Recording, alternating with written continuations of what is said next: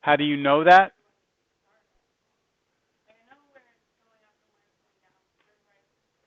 Like on a number line? You mean once you have the number line?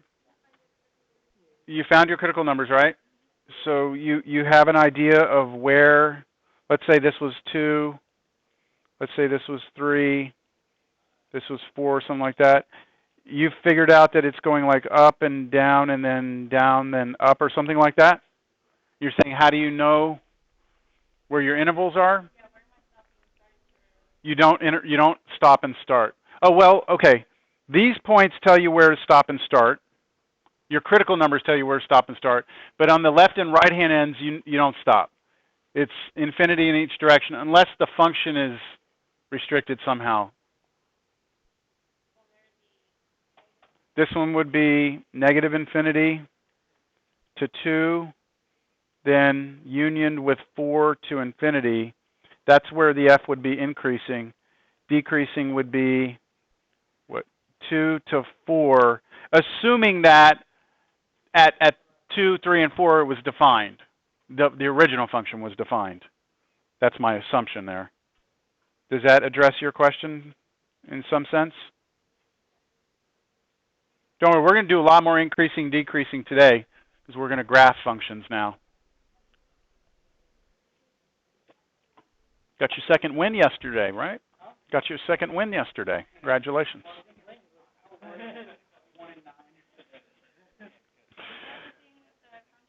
Yes, concave up and down, same exact concept. That's right. Not your test, not the ones you tested. Don't confuse those. Yeah. Is that what you did? You were putting in the test ones? Putting in both? Just guessing and just throwing a dart at it a little bit? You understand now? Let us do more today, and then hopefully it'll. All right, so what I'd like to do is start graphing some stuff. Now, we can get very, very, very technical when it comes to graphing, like go through like this 10-step process where we're checking for symmetry and asymptotes and all these different things. And I used to teach it that way, but technology has come along so much that when it comes to graphing things, we really don't need everything that's being talked about here. So I really want to focus on the calculus part of this, which is just figuring out where a function goes up, where it comes down, where you might have concave up, concave down. We still will go and look at maybe some things from college algebra like x-intercepts, y-intercepts. But our goal here today is just to be able to graph some functions by hand that traditionally we would have not been able to do. All right, we would have really had no clue on how to graph them. All right? So let's start with something simple. This is 4.4, sketching, curve sketching.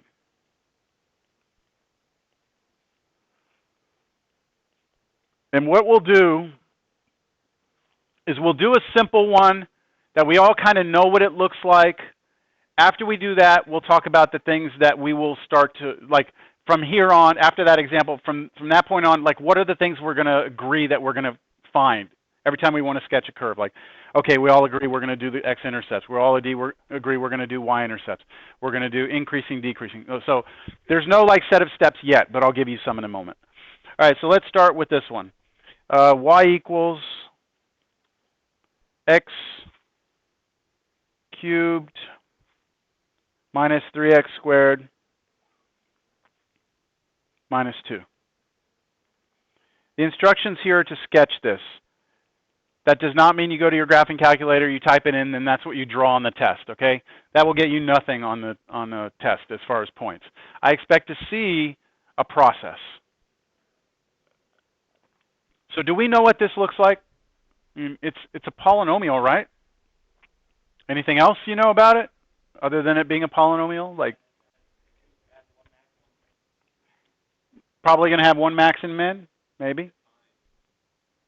It's defined everywhere. Is that what you mean? Or yes? So there's no discontinuities. The domain of this is everything.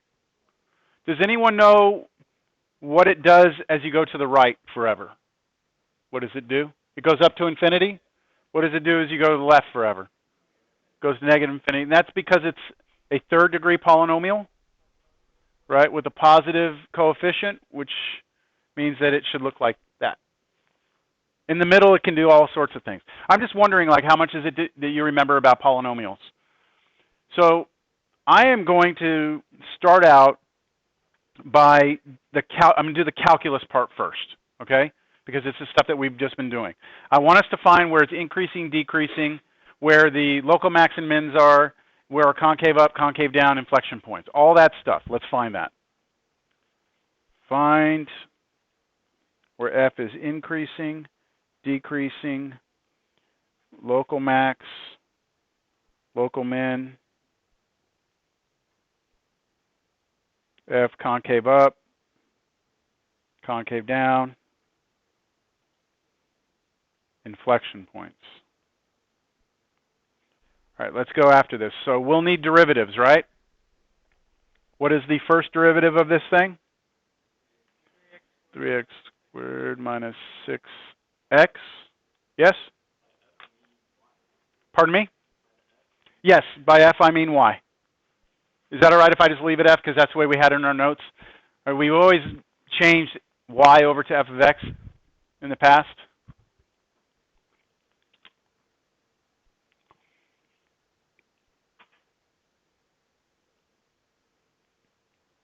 I'm going to go ahead and grab the second derivative while I'm here because it's such an easy derivative to get, right? Because it's a polynomial. The derivative here is what? 6x minus 6. All right, so now I'm going to just go get critical numbers. I'm going to work on this one on the left first. So I have what? Okay, y prime equal to 0 means I want to know when 3x squared minus 6x equals 0, which I'm being told to take a 3x out, and I agree. So you get two solutions, right? 0 and 2.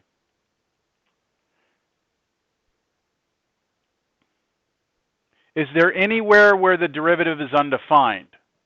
No. So y prime does not exist. No, that doesn't happen. So wouldn't I do a number line here? I would go 0 and 2 like this. And I'd plug some test points in. I know I'm moving fast, but it's because we've done a lot of this already. I'm plugging these test points into what? The derivative, right? And what would happen if you plug in -1 into the derivative? You get negative, negative, right?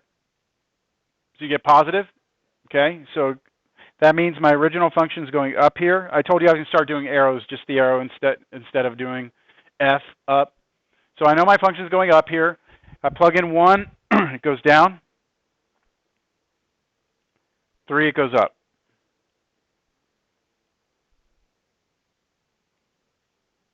Do I have any local max, local min? Yes, right? Local max at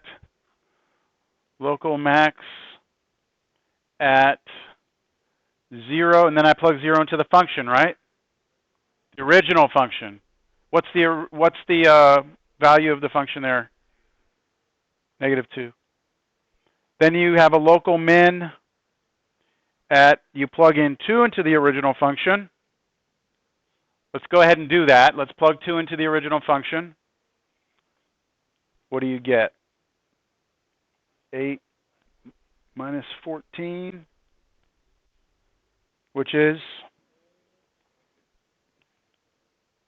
it -6?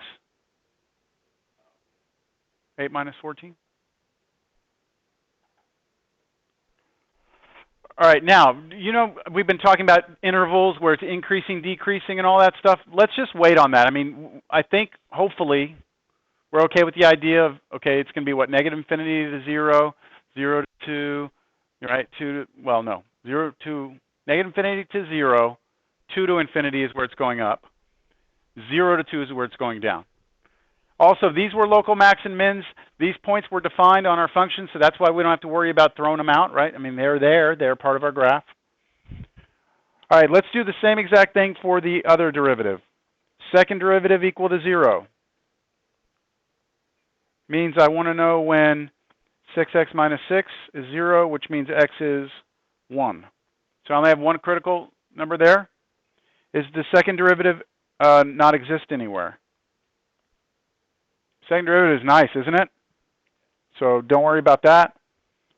Draw a number line. Put 1 there. Split up my interval. Test points, 0 and 2. Plug those into the second derivative, because we're trying to test concavity, right? Concave up or down. So those test points go into the second derivative. 0 goes in here. I get -6, so that means I'm concave down here. And then positive, right? And so I get a concave up. So I have an inflection point, don't I? Inflection point where?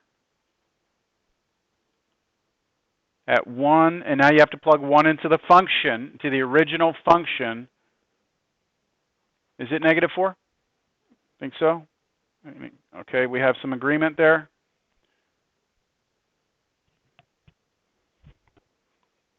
Okay. Everything I've done right now is from last class and homework, all right?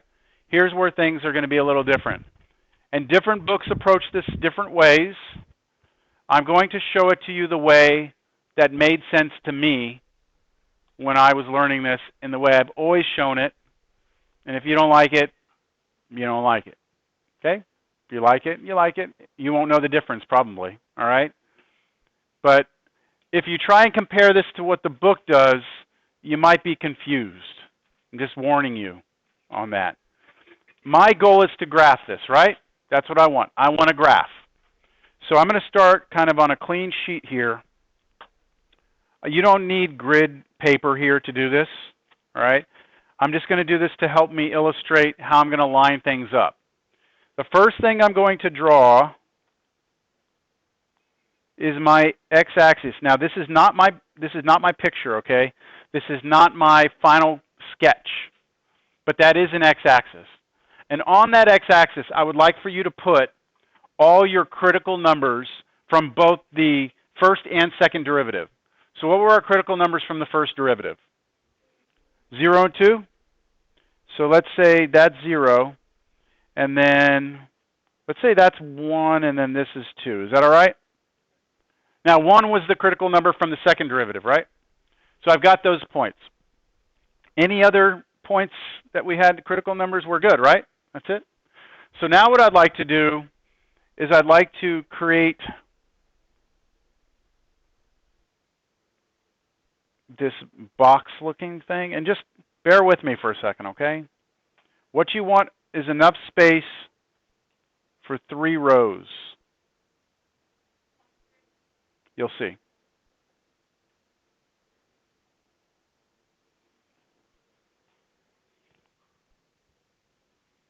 All right, I have 3 rows here. Now what I'm going to do is in each row, starting with the bottom row, then the middle row, then the top row, I'm going to put some information in each one of these rows. So in the first row, I'd like to write my information about the first derivative, the second row, the second derivative, and the third row, the function itself. Now, I know you may not like that order, but again, bear with me for a moment, all right? What is happening on your function with your first derivative? Your first derivative tells you that your function is going, what, up and down? So where was it going up? Look back. Where was it going up? Where's the function going up? The left side of what? 0? So would it be okay if I put an arrow like this?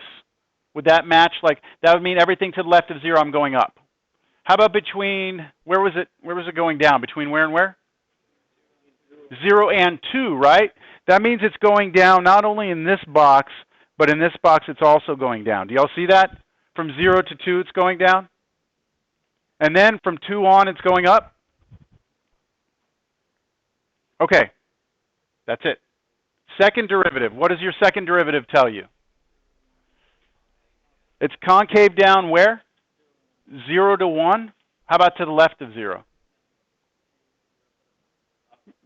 Yeah, be careful. Back here, this says, look, to the left of 1, I'm concave down. That means forever to the left, right? And this says concave up to the right of 1. So forever to the right of 1.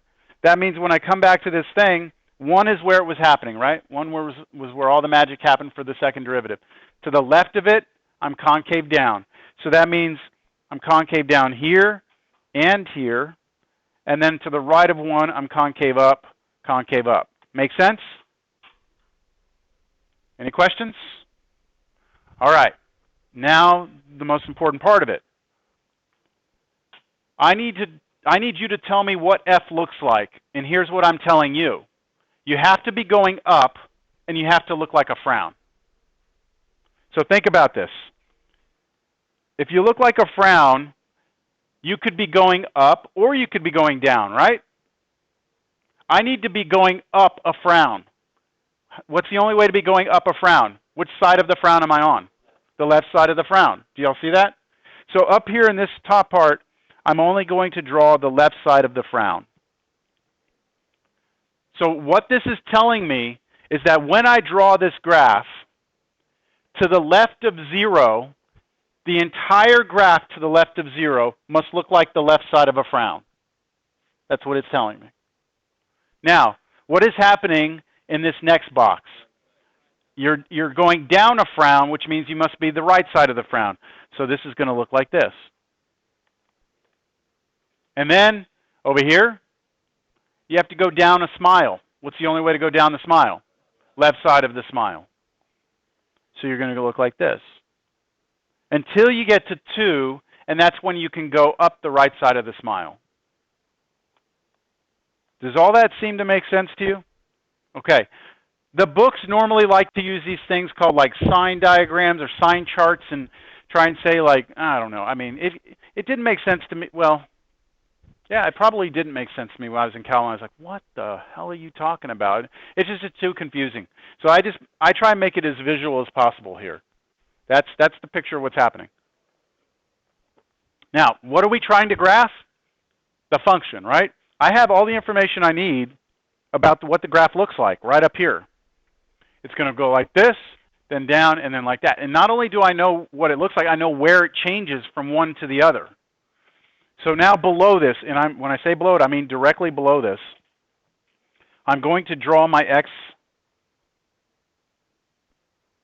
and my y-axis.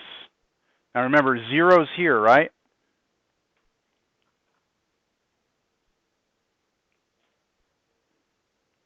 Notice that I'm lining things up directly down.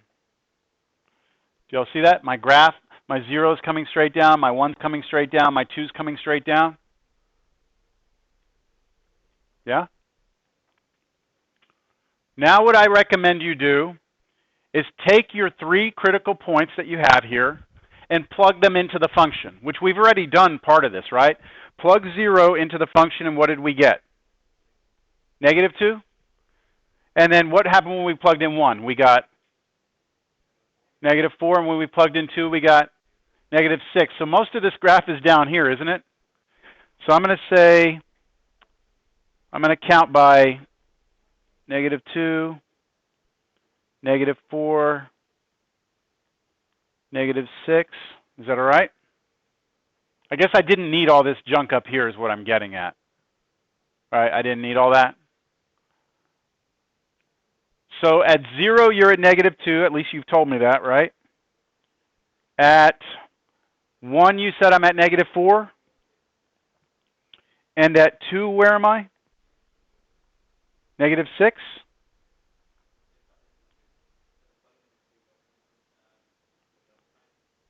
Where? No. All of the, wait, these? I'm plugging those into the original function. The original function. Because this one came from the second derivative being 0. The 0 and the 2 was the first derivative being 0. Is that all right? Now I need some space because I want to be able to go back up and refer to that up there.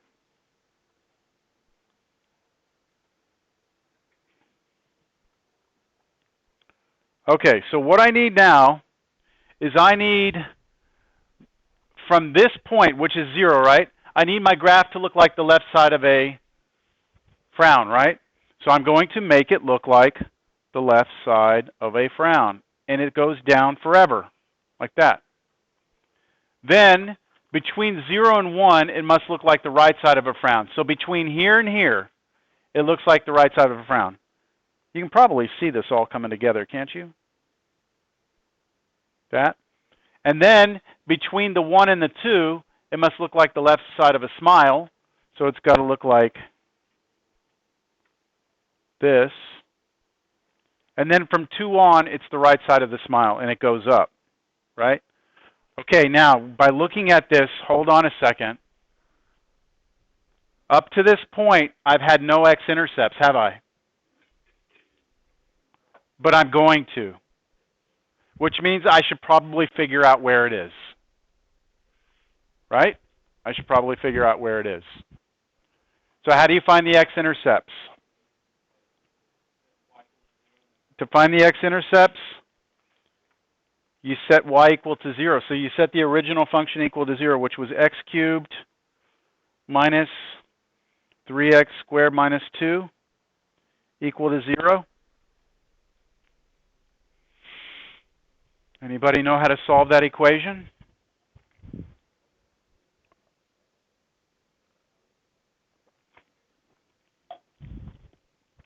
Here's what you don't do. I shouldn't show you what you don't do, right? But I see it so much.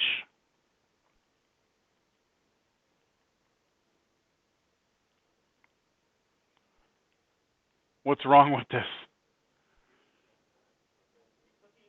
Yeah, that's right. This only works if it's 0, right? You can only do this 0 factor property if it's equal to 0. So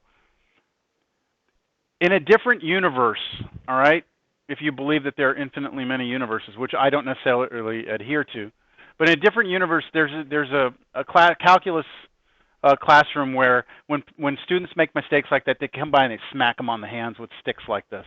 That's the type of hand slapping thing that, you know, in a Catholic school. Yeah, right? No, that's bad algebra, right? Okay, so don't make that mistake, please.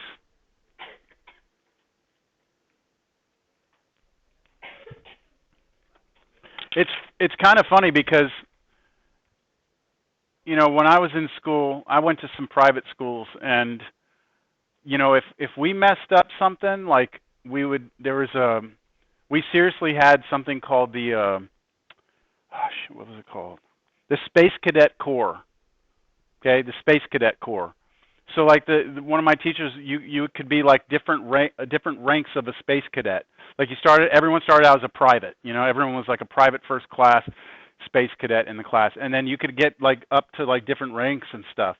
And what you would do is, if you screwed something up, you'd have to stand up in front of the class, and you would have like, I'm a corporal or whatever it is. You know, you'd be standing there and put a stupid hat on you. And so, I mean, like totally humiliate you. But I mean, that kind of made us not want to do something stupid. You know, like we had to think. Or if you were sleeping, you get the eraser thrown at you, or we didn't no spanking. No, that happened at home. Which nowadays, what happens? You go to jail, right? You spank your kids, you go to jail. I better shut up. Let's get back to this here. How are you going to solve this, right? How are you going to solve this? See, I got a paddle for my first birthday. I got a paddle for my grandpa. Here you go, grandson. Can't wait to use this on you. Oh, yeah. Okay, so look, I'm sitting here. I'm hoping that you're sitting there listening to my stupid stories, but at the same time you're going, yeah, I know how to solve that. If it were quadratic, yes. It at least looks somewhat quadratic, right? So what happens here? I mean, we're in a calculus class. We're faced with an equation that we don't normally have to solve, right? Well, I can tell you right now, one of two things is going to happen. Either we're not going to be able to solve it, or we might be able to. The question is, do you have a technique for it? So do you remember something called the rational zero test, where you use synthetic division to try and factor or solve. Yeah, it's been a long time. So I'm going to run through it real quick. I mean, real quick. I'm going to use something called the rational zero test.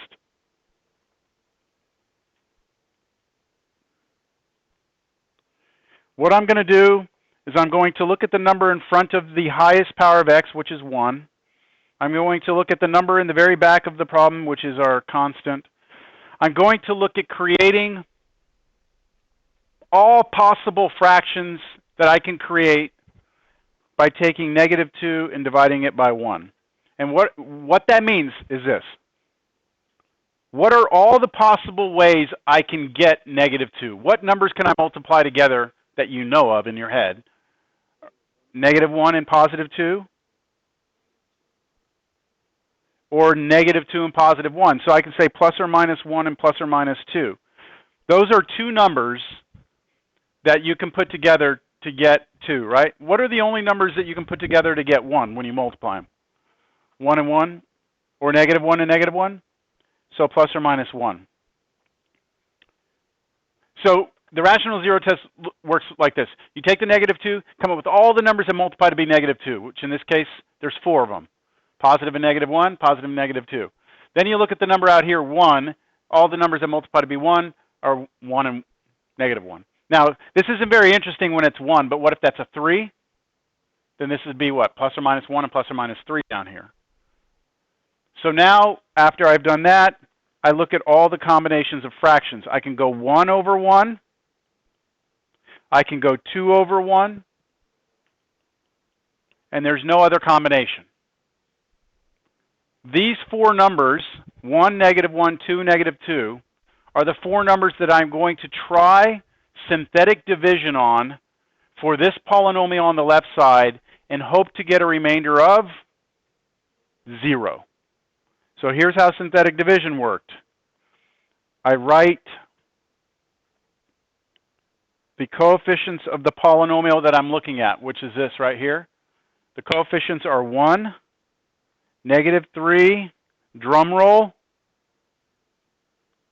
0, -2. Why did I put 0 in here? I don't have an x term, right? So I have to represent it with a 0. And now out here, I'll start with +1. Now, show of hands real quick. How many of you have seen synthetic division? It's been a while.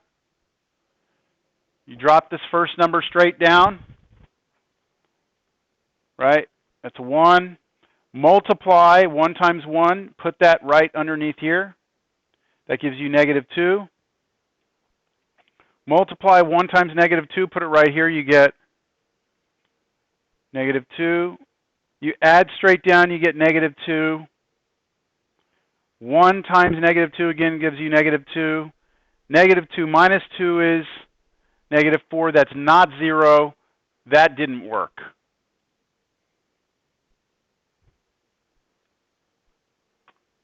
Now, just real quick. If one of these gives me 0, it's my x-intercept. If one of these does. I just tried 1, right? Does it make sense that it couldn't have been 1? Right? Couldn't be -1 either, right? And it doesn't look like it can be 2 either, right? Or -2. Which means there's an intercept, but we can't find it. Okay? We can't find, there's no mechanical method we have to get it. All right? It's just not going to happen. All right? Now you could break out the calculator, but your calculator has a solve feature on it, and it does something to try and solve it. But do you see what I'm getting at here is that we are limited in what we can solve and what we can't solve in a class like this. We cannot, in general, solve third-degree polynomial functions or polynomial equations. In general, we can't. If it's quadratic, can we? Absolutely. Third degree and higher, not happening. Not always happening is what I should say. But we know there's an answer, right? We know there's an answer. We just don't know exactly what it is. So I would come through here.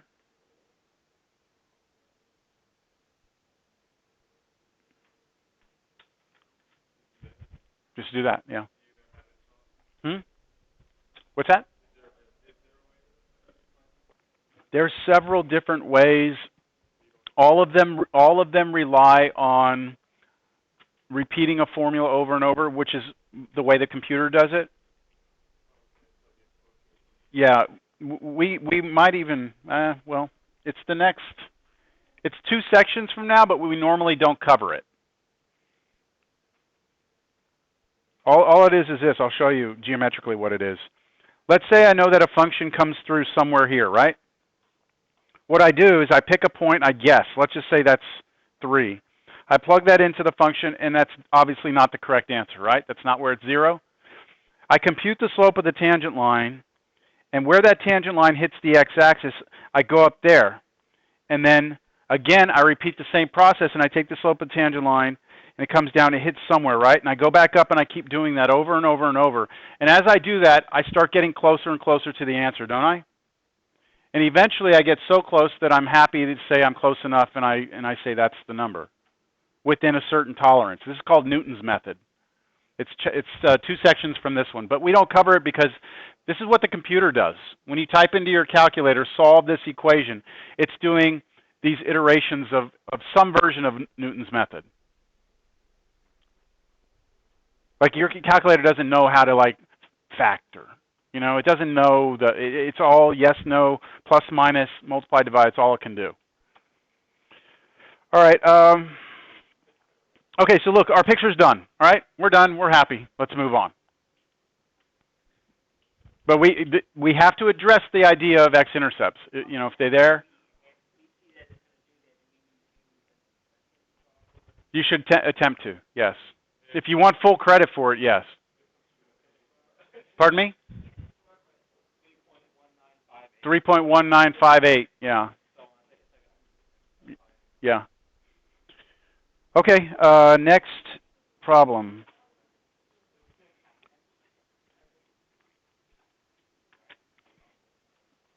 Y equals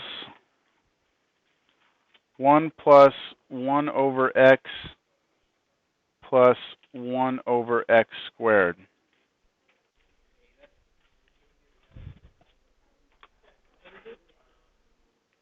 What's wrong? I didn't even make this problem up. It's right out of the book.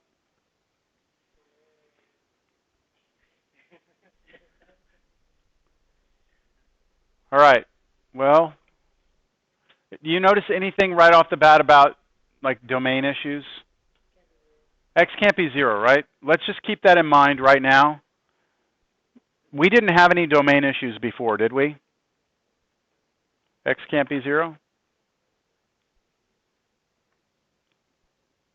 So let's go ahead and start looking at the derivative and, you know, trying to figure out where it's increasing, decreasing, concave, up, down, all that junk. First derivative is, well, you know what, before I do the derivative, let me rewrite this.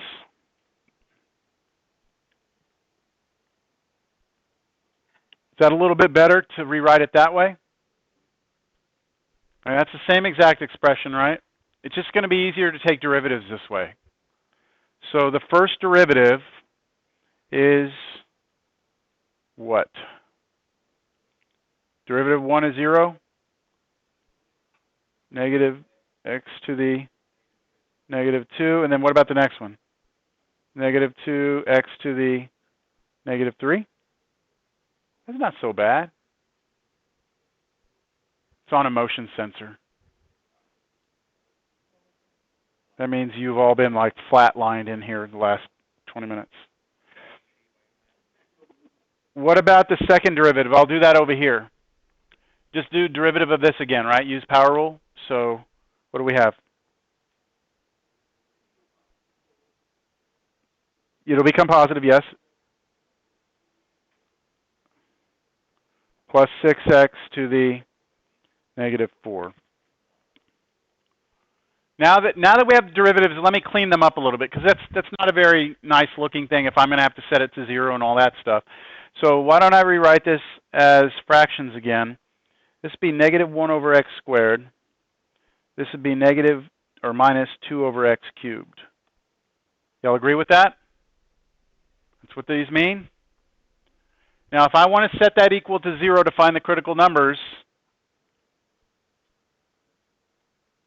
I will need to get a common denominator, won't I? Well, I don't have to, I guess I should say. That's what I always like to do, get a common denominator. What is it going to be? Yeah, just got to get this to be x cubed. So multiply x on top and bottom here. So we get negative x minus 2 over x cubed equals 0. Questions?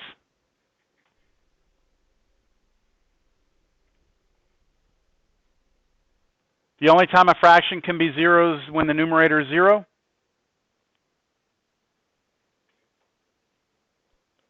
So move things around, you get x is equal to negative 2. X is negative 2 is a critical number. Anywhere else that I need to look at? Where is it undefined, right? Y prime does not exist at x equals 0. Because if you try and plug 0 into the derivative, right, it's undefined. Now, but it's also not part of my domain, right? It's not part of my domain. So the graph doesn't even exist there. I'll have to keep that in mind. But I should use that 0 to kind of help break up that number line so I can figure out what's happening to the left and right of it. Any questions? The original function, just try plug 0 in there. Right, you'll get division by 0. Okay, let's draw a quick little graph here. What's happening? I have negative 2 is to the left of 0. I have to pick a couple of test points.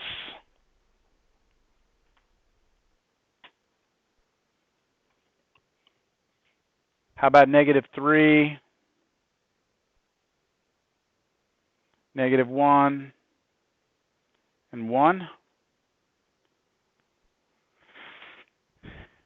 And plug those into the derivative. You'll have to be careful with this. Look, test points always go into one of the derivatives. Test points always go into one of the derivatives, depending on which one you're working on. The only time you plug something into the original function is if it's one of your critical numbers or just some number on your graph you're trying to figure out what's happening. See, we're trying to identify where it's going up and down, which means it has to go into the derivative. So negative 3 into the derivative would give us, let's see, negative 3 into the derivative. I'm going to plug it in right. Well, I like plugging it in right here. We can go anywhere we want, but negative 3 would be positive 3. Take away 2 is 1. Over negative 3 cubed would be still negative. So we would have a positive over a negative, which would be negative. So my original function is going down here. Then I plug in negative 1.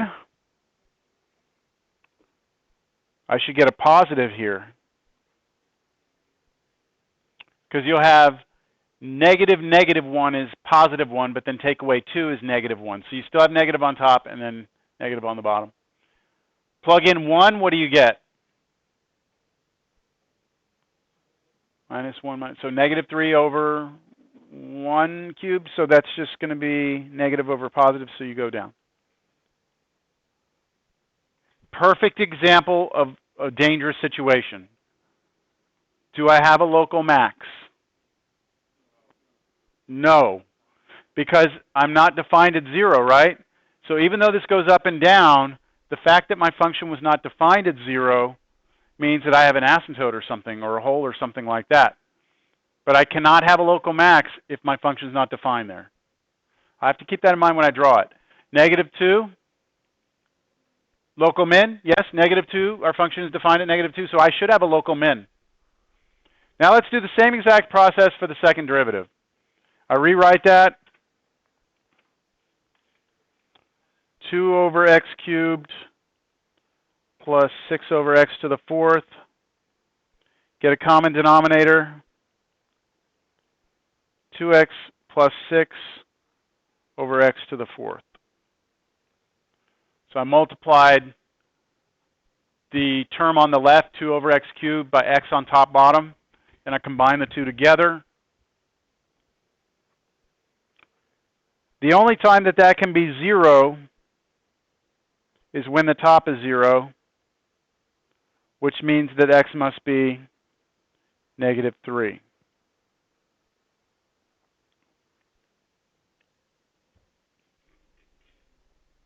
The only time that the second derivative can be undefined or not exist is when x is 0.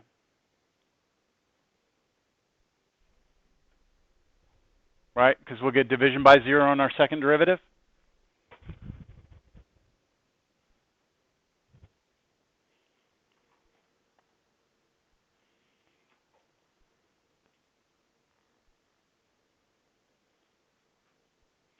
Negative 3 and 0.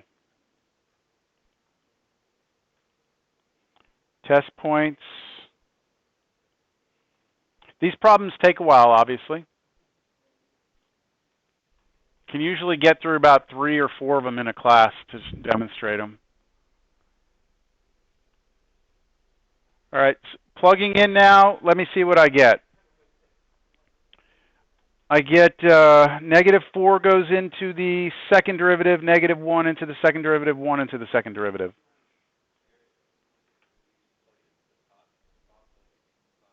That's exactly what I would do, yes. So it's being pointed out that the bottom is x to the fourth, so it doesn't matter, it's always going to be positive. So it's just really the sign of what's on top is what matters. So negative 4 in here would give me a negative number.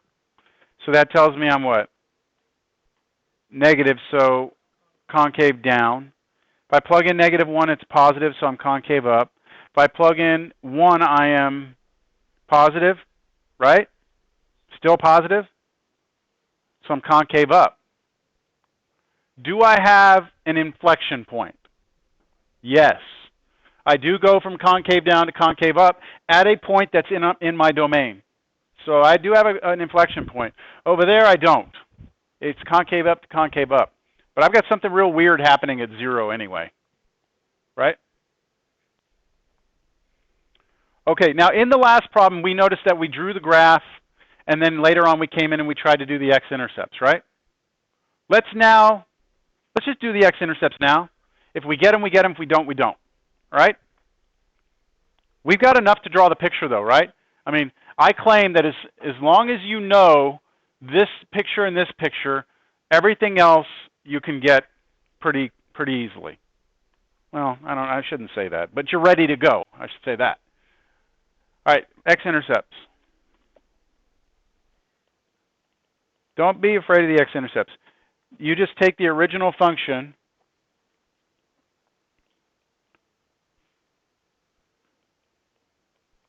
and set it to 0. Get a common denominator. So multiply this first one by x squared on the top and bottom. Multiply the next one by x on top and bottom. Don't do anything to the last one. All over x squared.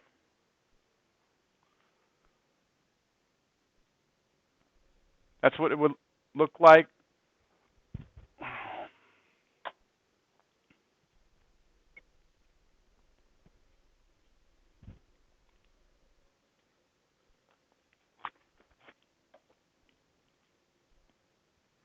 Now, the only time a fraction can be 0 is when the top is 0. Now, that is a quadratic, right? I don't think it factors, though.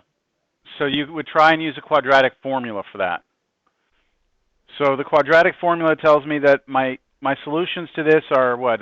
Negative b plus or minus square root b squared minus 4ac all over 2a. Remember that thing? Okay, so here my a is 1, b is 1, c is 1. Negative b is negative 1 plus or minus the square root. What's b squared? 1 minus 4 times a. What's a? Times c. 1 all over 2 times 1. What's wrong with this? I'm going to get a negative underneath the radical. I'm going to get a negative radicand. What does that mean? Imaginary numbers, which means no x-intercepts. There's no x-intercepts. Because, again, 1 minus 4 is going to be negative 3. Negative 3, right, root of negative 3 is an imaginary number. And we just don't deal with imaginary numbers right now, right? They are dealt with, trust me. They are dealt with later. There's not dealt with yet.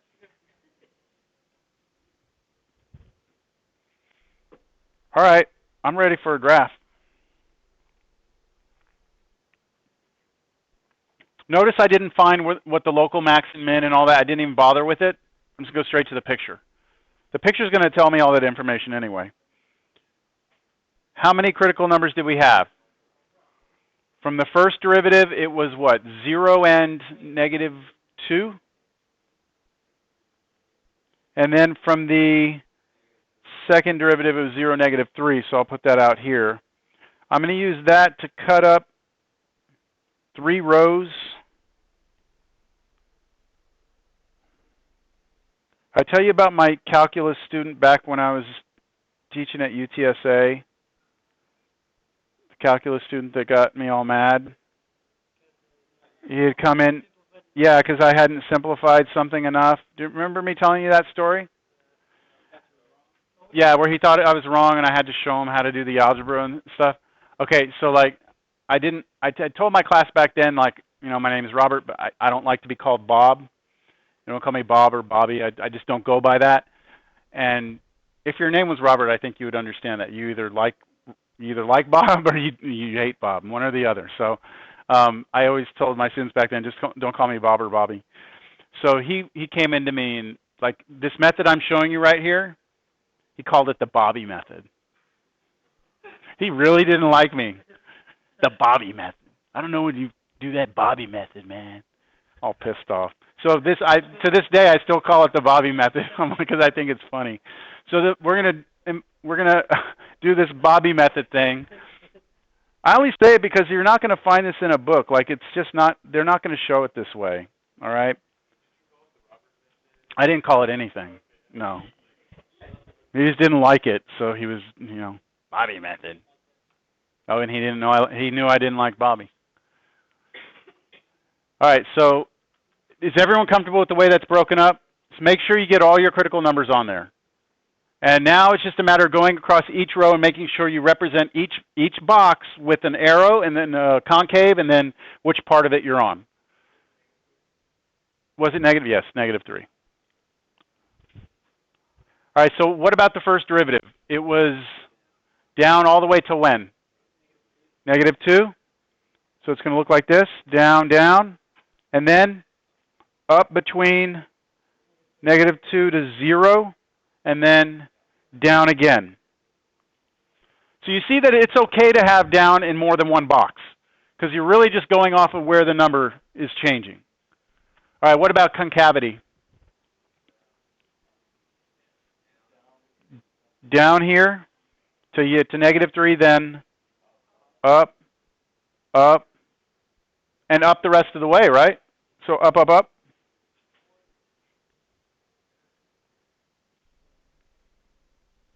All right, now the part that you have to just think a little bit. How is it that I can go down the frown?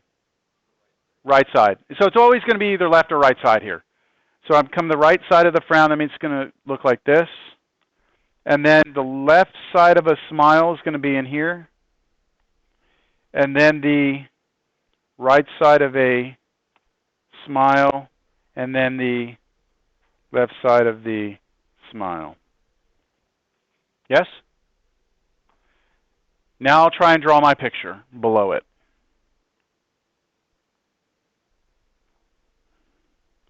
My y-axis is here.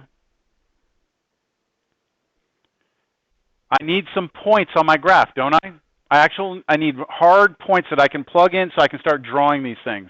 So I'm going to try and plug in all my critical numbers. Negative 3, where am I plugging that into? The original function. I'll do that below. what happens when I plug in -3 into the original one? So I'm going 1 plus 1 over -3 plus 1 over -3 squared. You get 7/9. So you got a common denominator and had to do all that, right? 7/9. Or you put it in your calculator and there you go. Okay. 7/9. Which is approximately 0.77777? 79? 77?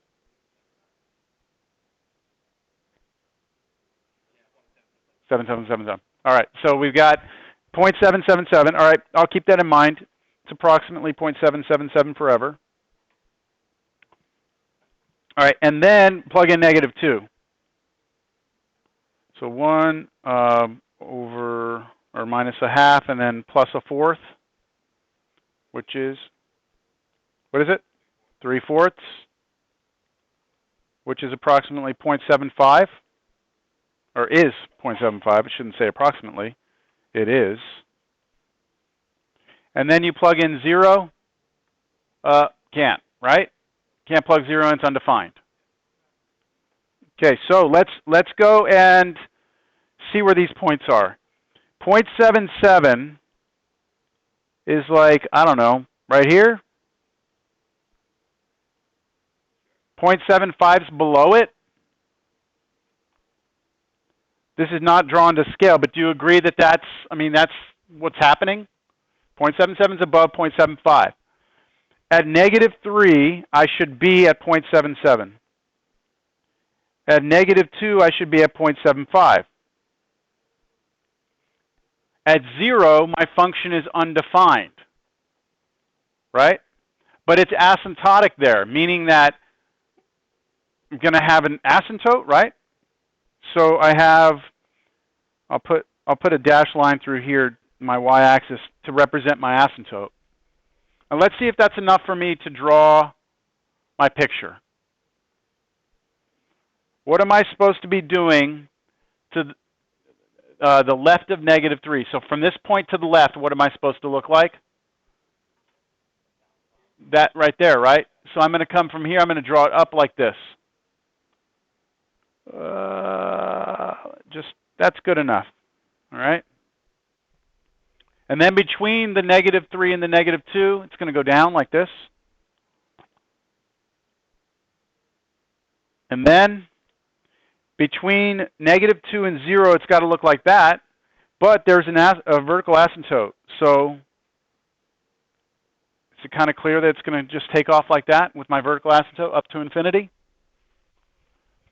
Now on the other side,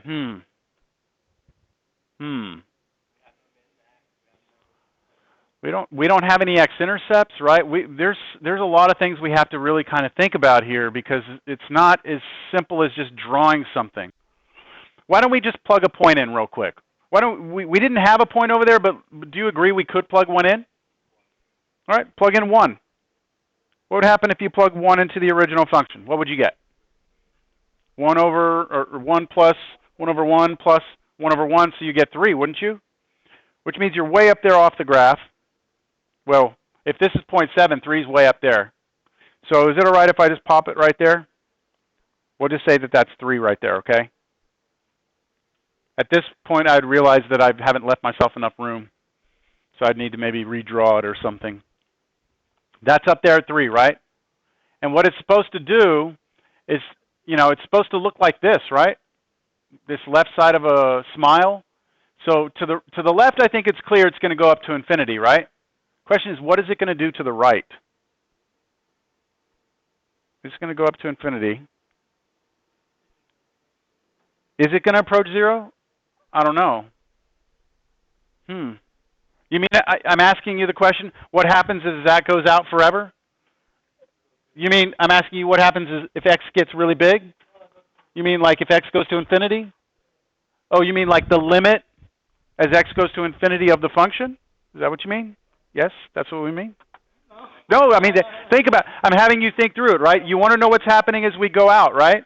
That means as x gets big. That means as x goes to infinity. How does the function behave as x goes to infinity?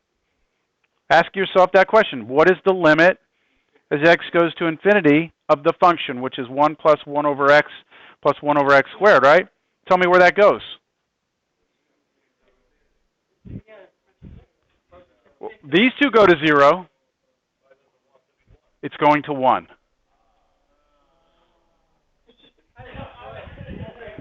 You get all, don't get mad at me. I'm just a messenger. So it's going and it's flattening out towards what? 1. 1 is up here somewhere. So we have actually like a horizontal asymptote right there.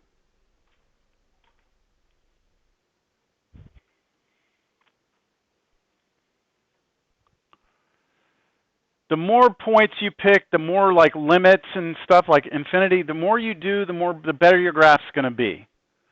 The main thing for me, like I said, with technology the way it is today, the main thing for me is that you're able to draw that table and you're able to put it all together and try and draw a picture. All right? As opposed to,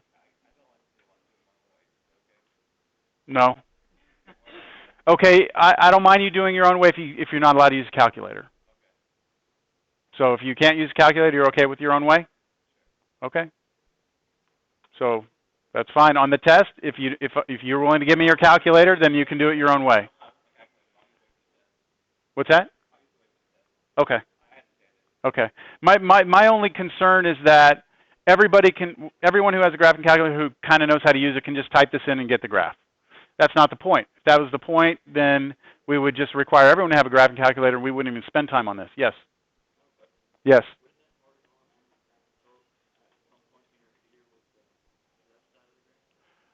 That you have to remember the way a horizontal asymptote is defined. A horizontal asymptote gives you end behavior only. It does not tell you what's happening in the middle of the function. So with vertical asymptotes, remember you couldn't cross through a vertical. Horizontals are only what's happening out there. So if you extend your horizontal all the way along here, I think that's what you're saying is if you extend this horizontal asymptote all the way across, I'm crossing over it, right? And is that a problem? Well, no, because horizontal asymptotes are only looked at the edges. In the middle, a lot of stuff can happen. You can cross over, you can go all through, it doesn't matter. I don't know. When I'm in college algebra teaching that class, I always tell my students to draw the horizontal asymptotes just on the edges. Do not bring your lines all the way through. Because what happens is then you start to think you can't cross them in the middle, but you can. So just to imagine that that's not even there, and it's just your end behavior. All right, I'd like to graph this. I want to see how close we were. It was 1 plus 1 over x plus 1 over x squared.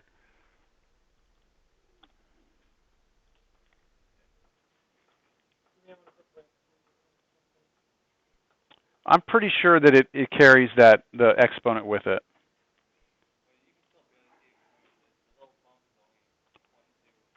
Yeah, so look, check this out. I think this is a great illustration of even though technology is here, we do not see some things on this graph that are very clear on our graph, right?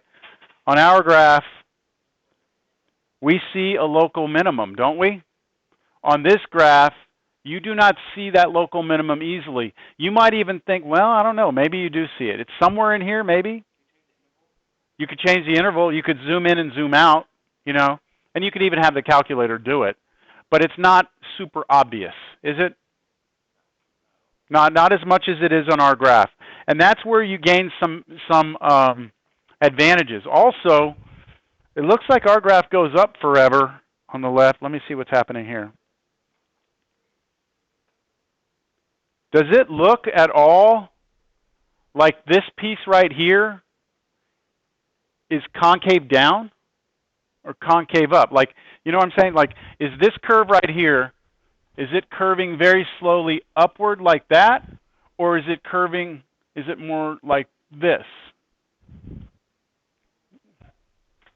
It's the top one because we already said it's got to look like what? It's got to look like this, right? So it's always got to be concave down. It's not doing this. And it's hard to see that from the computer's graph. Do y'all understand that? Now, maybe if I zoomed out really far, it might. No, that doesn't help at all, does it?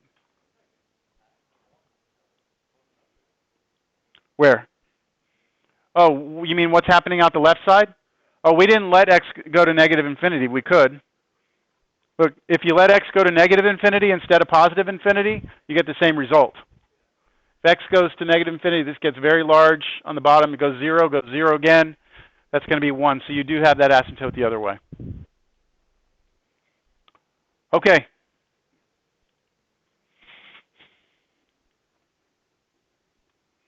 I think we should do one more. On the left side, yes. I could draw that in here. You know, I could come in here and draw it, redraw this so that it flattens out towards 1. See, 1 is my asymptote comes across here. But again, I'm more concerned right now about that inside part, what's happening in there, getting your table set up. All right, let's try. Should we try another one, or do y'all want to move on? I plan on keeping the problems pretty basic as far as what you're being asked to graph. Like the problems in this section, they can get pretty crazy towards the end, but I really, because again, technology, I'm not going to ask you to do a graph of something really nutty. So I'm going to keep the problems pretty simple. Let's say do for your homework on this, page 230. Let's just do 1 through 65 all. And just keep it short, you know? No, I'm kidding. I'm kidding. Ooh, hoo, hoo, ha, ha, ha, ha,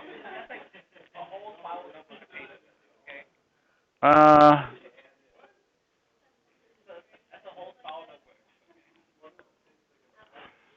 There you go. Yeah, those problems take a little while, but look, I can tell you right there, giving you 1 through 13 odd, that's a pretty mild treatment as far as what the graphs are. I mean, they're all polynomials or rational functions. I know that's quite a bit of time that'll take, but wasn't has what? Yeah, it kind of brings it all together, I guess you could say. Yeah, I mean it's let's see, we have all the derivatives. I guess the big difference is that we had that concept of finding the maximum on a closed interval. That's not this, but we're going to bring it together right now in 4.5. Yes. Chapter 4 only. What about the test? The test on Wednesday? It's from our last test to where we are by the end of today. So I think it's going to start out with, I started making the review yesterday. No, this is, remember I said that the test is on Wednesday, and that if you plan on taking it after Thanksgiving, you can, but you have to do it on my time and all that stuff. So please fill this out. Yeah, because I'll be fat happy at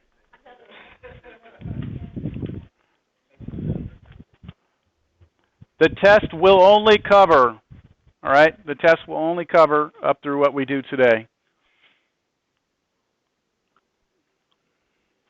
All right, so fill that. Give that to me before the end of class. Just as we walk out, you can give that to me. I would like to start for 5.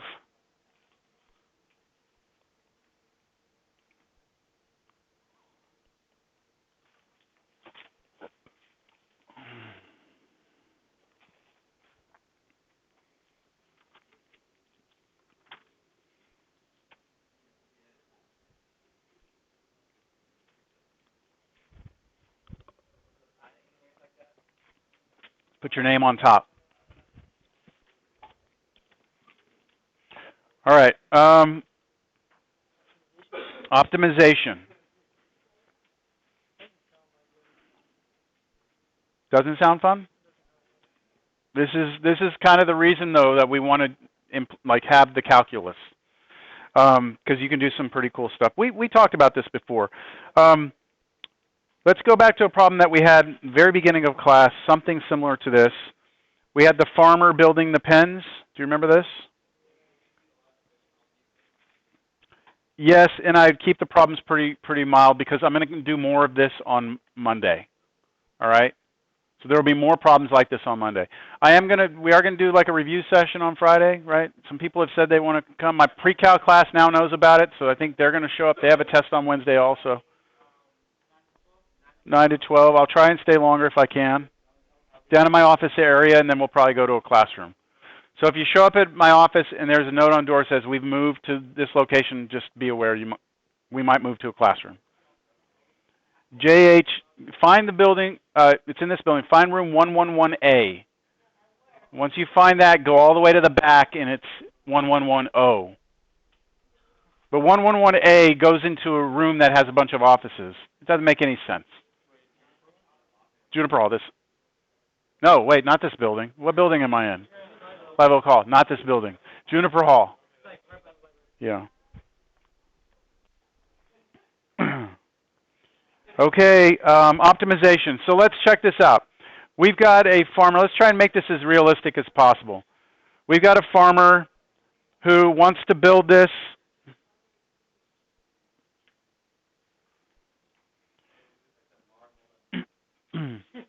I'm going to make it even the marble walls and the steel. Yeah, I'm going to make it a little bit cleaner than that. Let's just say that this farmer has 1,000 feet of fence, and it's all the same fence. It's got 1,000 feet of fence. Barbed wire, electric fence. Find dimensions which give maximum area. That's the problem right there. So I have 3 identical pens. And of course, these are right angles between these, okay? So I have 3 identical pens. I would like for us to build it in a way that we get the most area possible, right? Now, one of the things that I've had discussions with students about is that, well, if you use 1,000 feet of fence, it does not matter how you build it. You'll get the same area no matter what. What do you think? No, I mean, I could build these pens to be like really thin and really long like this, right? I could do that. That area is going to be different than this area.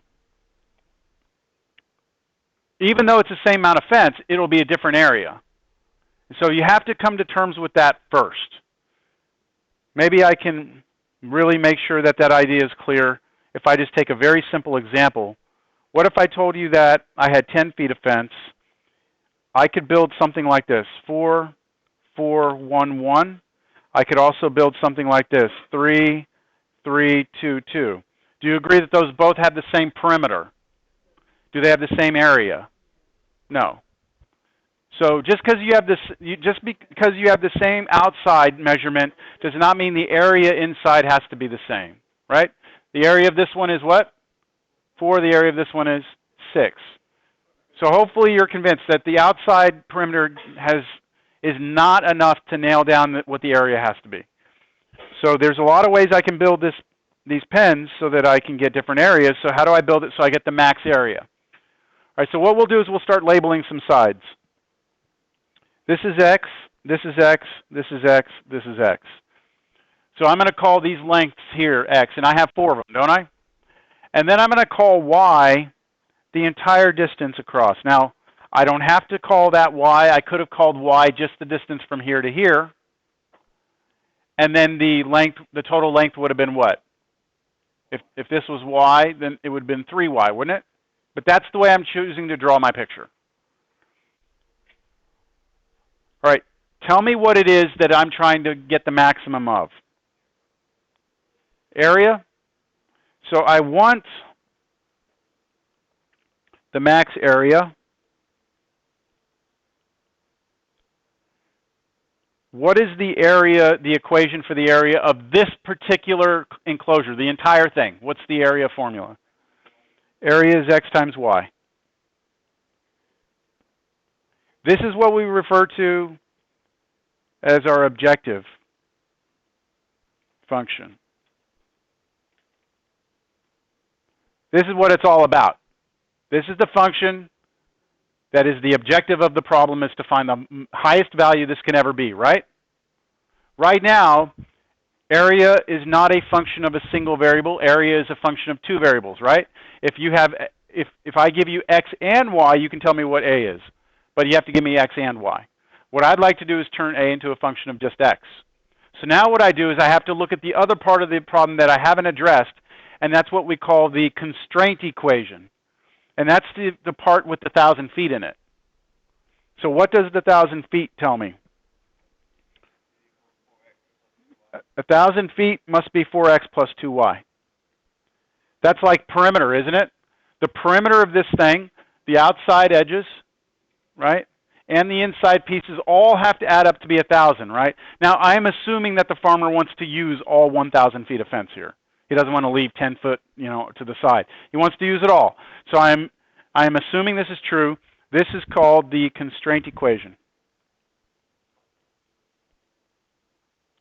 Does it make sense why they would call it the constraint equation? Because, look, if I tell you the area of something is x times y, I'm not telling you that there's any restriction on x and y, right? X and y can be whatever it wants. But the fact that I can only use 1,000 feet of fence means I am constrained. This is constraining that equation. It is holding it back from being anything it wants to be. So now what I'm going to do is I'm going to come in here and try and get rid of one of my variables here, x or y, by using this equation. I'm going to choose to try and get y out of here by solving this equation, my constraint equation for y. So solve this for y. Divide both sides by 2.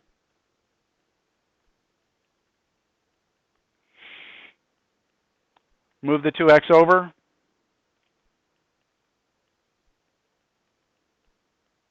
So I'm doing all that work with my constraint equation, right? Finding some sort of relationship between y and x. And now I can go back to my objective function, and I can replace that y with this. We did this in the very beginning of the semester. Does this ring a bell? I mean, at least you've seen this a little bit? All right. So now what I do, take this here and rewrite it. A is now x times y, but y is 500 minus 2x.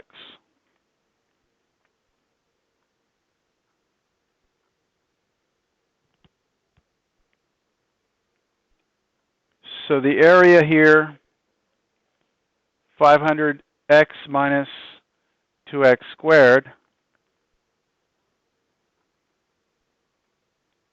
And I can now say this for short. The area is a function of x.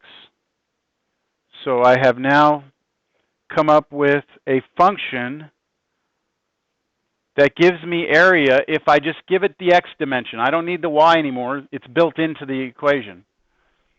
And since this is now a function of a single variable, it has a graph, doesn't it? And if it has a graph, it should have a maximum. And I need to go find it. Yes? Let me go find the maximum of that function. So this may as well say y equals 500x minus x squared, and it may as well be a problem that we did already in the previous sections. Understand? Yes.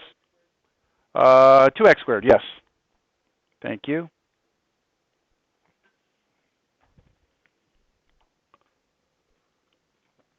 Now I should talk about domain. Because we had in the previous few sections, there was the concept of trying to find the max and min on a closed interval versus trying to find the max and min where you don't have domain restriction. What is the variable in this equation here?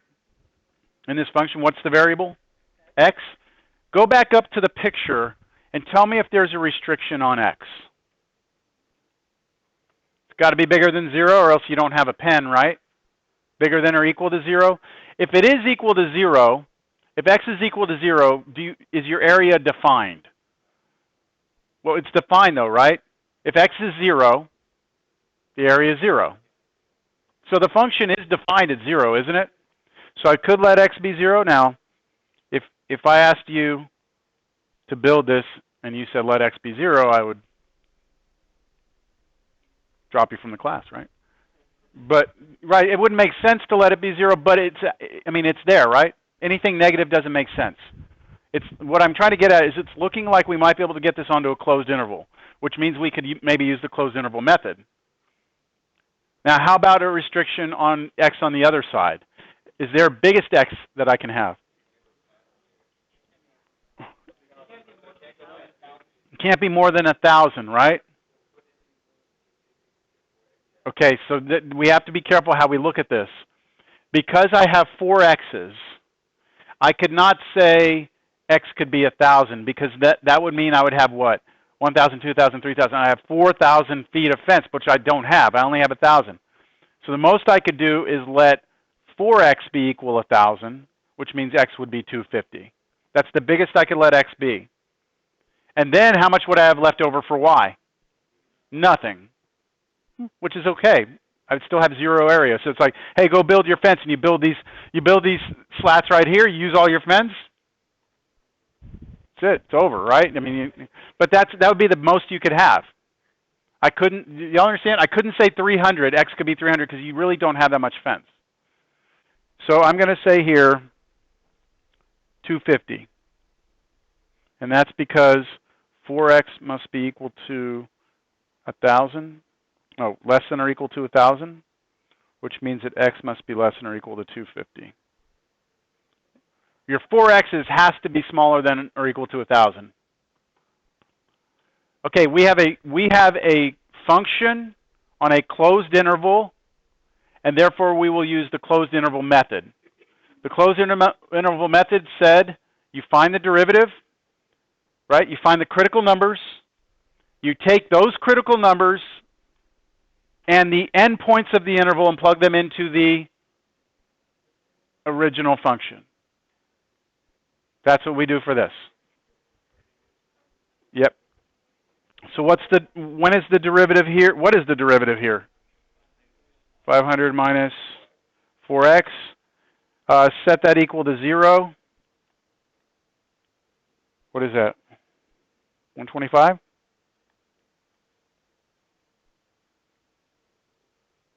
Do y'all agree? 4 times 125 should be 500. Is the derivative ever undefined? Does the derivative ever not exist? Nope, don't have to worry about that. So the only critical number I have is 125.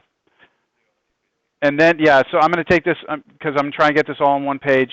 Come up here. What I want to do is I want to figure out what my function's value is at 125, what my function's value is at 0, what my function's value is at 250. I think it's going to be obvious, right? We already know what happens if x is 0, right? Geometrically, it doesn't make sense. So, but plug it in anyway. Plug 0 in here, and what do you get? 0. All right. Plug in 250. If you plug 250 in here, you should get 0, right, into the original function. I can also see it up here. 2 times 250 is 500. 500 minus 500 is 0. So I know I'm going to get 0 there also. But the 125 I actually do need to plug in and figure out. So I'm going to do 500 times 125 minus 2 times 125 squared, which is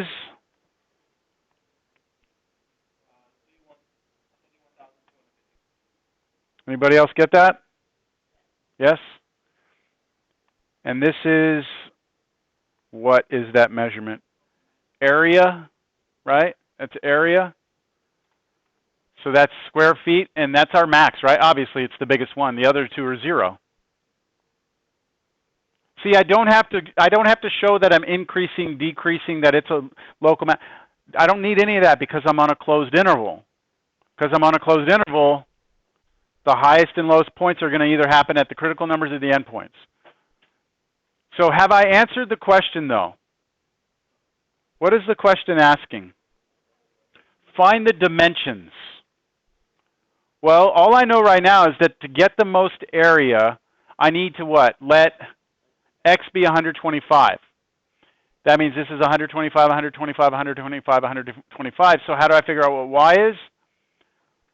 Well, I could actually go back to earlier in the problem. I did, for my constraint equation, I had solved for y, hadn't I? So y would be 500 minus 125, 2 times 125? 50? 2 times 125, 250. Minus 500, 250? Okay, 250. So I'm going to put down here, therefore, y equals 500 minus 2 times 125, which equals 250.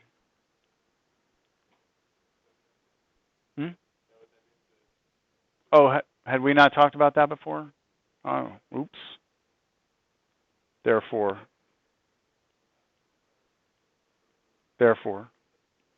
Three dots like that in a little triangle shape means therefore.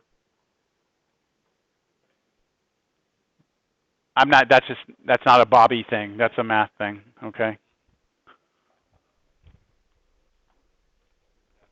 So if I were to draw this thing, it would be like this. It would be, what, 250 here, 250 here, right? 125 on each of those. If I build it like that, I'll use all 1,000 feet of fence, right? And there's no other way to build it to get more area than that. That is the optimum way to do it, which is why we call these optimization problems.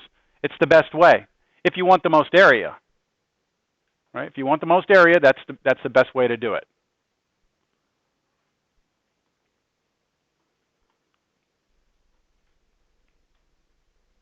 Questions? All right, let's see if we can just adapt this problem a little bit because we have about 13, 12 minutes. What if instead we did it this way? Same farmer, same looking pens, right? Same thing. This time, I'm going to tell you this. It must be 1,000 square feet.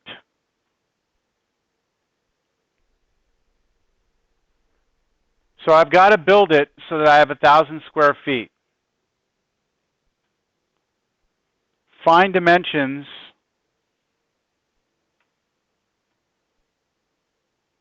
which not give you maximum anything, minimize the fence required. I think a problem like this is probably more applicable to a real world situation, because a lot of times you don't go out and buy the fence and then say, all right, now how big can I build this? A lot of times it's, this is what I need. Now let me see what the dimensions are going to be so I can see how much fence I'm going to need to do it, right? So I want to get 1,000 feet, but I want to do it in a way that I use the least amount of fence as possible. Everything in the setup of the problem is the same as far as labeling of variables. Y'all see the difference in the problem though, right? Last problem was 1,000 feet. This time I said it's 1,000 square feet is how much, 1,000 feet of fence last problem, 1,000 square feet is the area here. So let's label. Shall we go same labeling? X, X, X, X, Y is all the way. Tell me what my objective function is. What's my objective function? What am I trying to find the minimum of, or max? What's that? That's the constraint. That's the constraint. What's the thing? The objective function is the thing I'm trying to find the highest or lowest point on. The what? Perimeter. We're going to call it perimeter. I mean, we always know perimeter is like the outside of something, but when we say perimeter here, we're saying if we total up all these sides, if we all agree on that, we'll just say that's what it is. All right? So our what did I call it? Objective function in this problem is the perimeter, which for us would be what? 4x plus 2y. What is the constraint?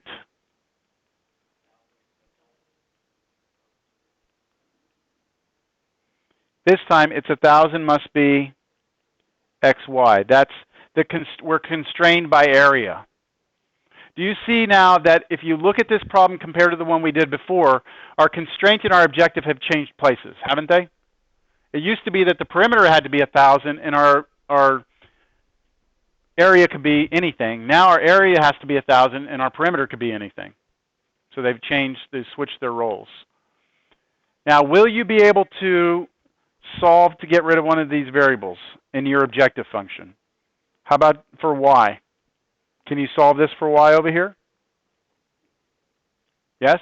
You would have to divide through both sides by x, right?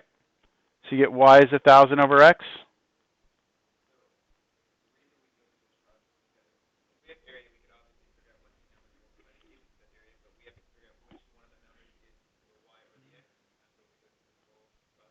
There are many different numbers I could use to get 1,000 here, right?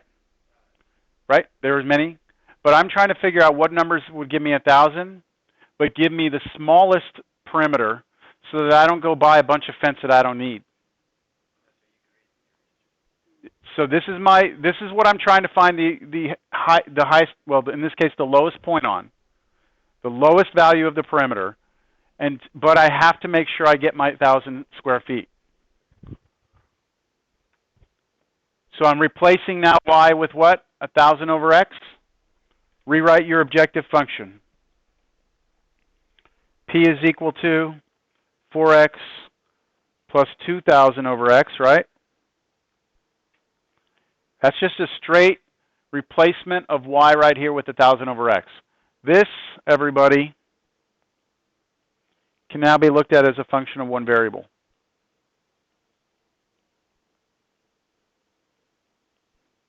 So I'll box it up.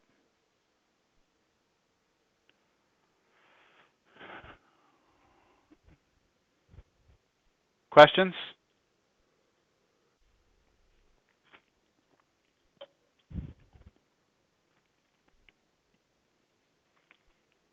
Domain.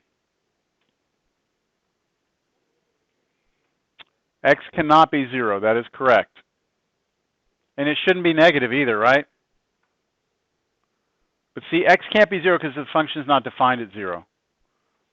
Do y'all understand that? If I let x be 0 right here, that equation makes no sense. 1,000 is 0. Or over here, if I let x be 0, then y is undefined. So I cannot let x be 0. Now, x can be bigger than 0, right?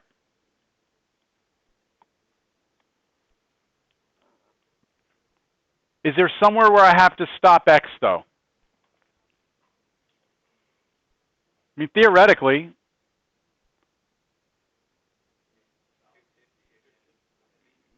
$250 is the see, here we're not restricted by the length anymore.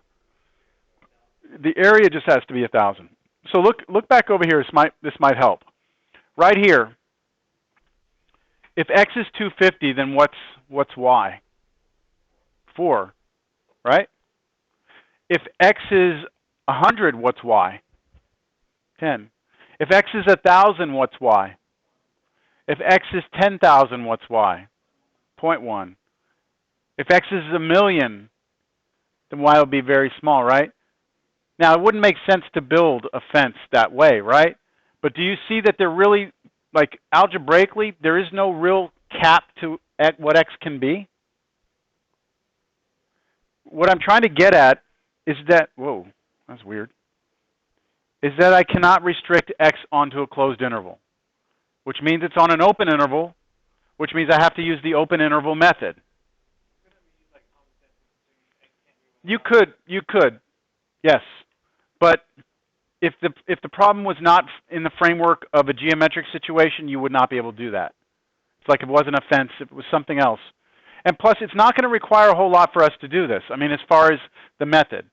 The method is the same. We're going to take the derivative. We're going to find the critical numbers. But instead of plugging those in and trying to plug in endpoints, all we're going to do is look for what? Like we did, we're going to look for where our function goes what? Down and then up. Because when it goes down and back up, we have a local min, and that's all we'll need. That make sense? Okay, so we're going to need derivative here.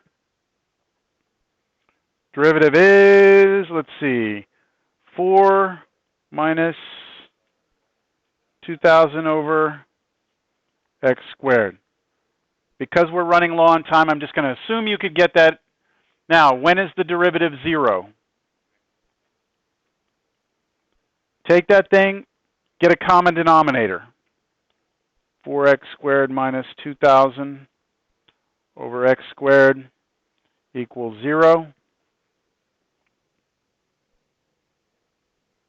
The only time that that's going to happen is if 4x squared minus 2,000 equals 0, which means x squared is 250. Who's got the square root of 250? 15.8? Plus or minus, right?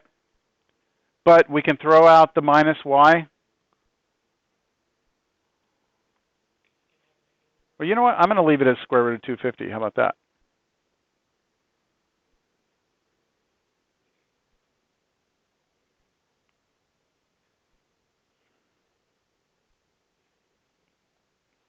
Can't have a negative, right, for x, so that's where we throw it out. All right, so I have x is equal to 250, right? Or square root of 250. What seems to always happen in a Cal 1 class is that students will do this problem, they'll get to this answer, and since it's the only answer, they say that's where the minimum occurs, which is going to be correct. But if you don't show me that it is the minimum, then you're going to get points taken off. You've got to convince me this is the minimum. So the way to convince me it's a minimum is to do this. Draw a number line, put square root of 250 here, break up, yes, 2,000 divided by 4 is what? Oh, 500, what the hell? Yeah, I don't know what happened. It's called a brain fart. That's what we usually call them, brain farts. Sorry. Thank you for bringing it up. That would have come back to haunt me. What's square root of 500? It's still a decimal, right? So I'm just going to leave it as 500.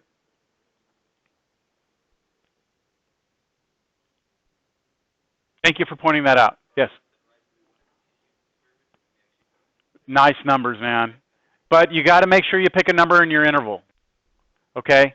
So what's a very nice number to the left of the square root of 500? 1. Okay? What's a nice number to the right of square root of 500? Yeah, any number that you know is bigger than the square root of 500.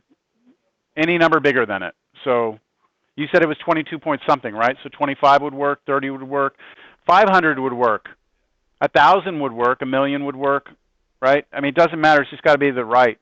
So 30. Where am I plugging those in? Shit. Into the derivative, right? Because these are test points. Test points go into derivatives. So I'm going to plug this 1 into the derivative. The derivative is right here.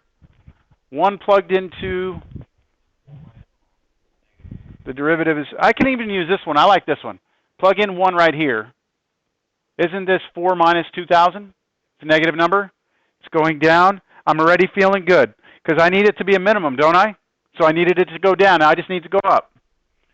All right, 30 goes in here. 200 divided by 30 squared, or 2,000 divided by 30 squared is?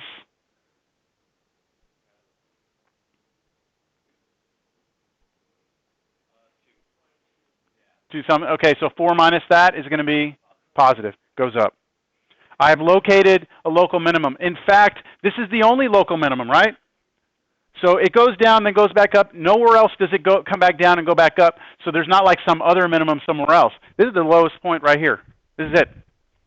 Square root of 500 is what x should be. So I have a local min. I'll put it up here. Therefore, I have a minimum at x equals the square root of 500. which means that y should be what? Remember, where was our equation for y? 1,000 over square root of 500. Yep, and so you could get these numbers, or you just leave them exact. But those are the dimensions right there that give you the what? Least perimeter.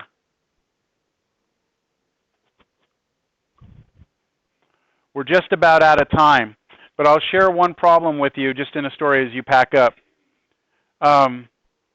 There's a way that you can take, like if you look at a can, I'll say a beer can, but you could even, well, no, let's look at like canned food goods, things like that. They come in all sorts of shapes and sizes, right? But back in the day when they were first making these, tin cans and stuff, and they were just very standard cans, it was basically a cylinder. And what they needed is, okay, we need this to have a volume of, let's say, 1 liter. I'm just making this up, right? We need to build a can that's going to hold 1 liter of motor oil or whatever it is. And what we want to do is we want to build it in a way that we get the minimum what? Surface area. Why? Because we have to buy that whatever metal, right, we're using. So this is just a Cal 1 problem. I have an objective function is my surface area. I want to find the lowest point that I would have surface area, and then I have a restriction, I have a constraint that my volume of this has to be equal to 1. And it turns out that if you go through the calculus of this problem, your diameter of your can should be equal to the height of the can. If your diameter and height are the same, that's the least amount of surface area you're ever going to get. Anybody who's interested in doing that for a bonus is welcome to show that the minimum surface area of a can occurs when your height is your diameter. Y'all like bonus? There you go. Everyone's always, what can I do? There's bonus. There you go.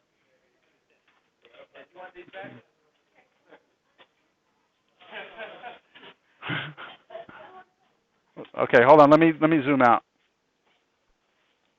But don't use 1 liter. You have to do it in general. That was just an example. Was someone asking me something? Turn in your papers. Yeah, put your papers. Do what? What, for this? I do, but I mean, I got them free. Yeah.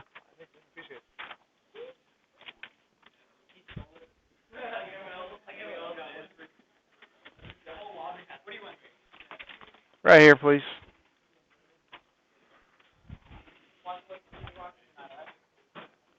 I hope so, man.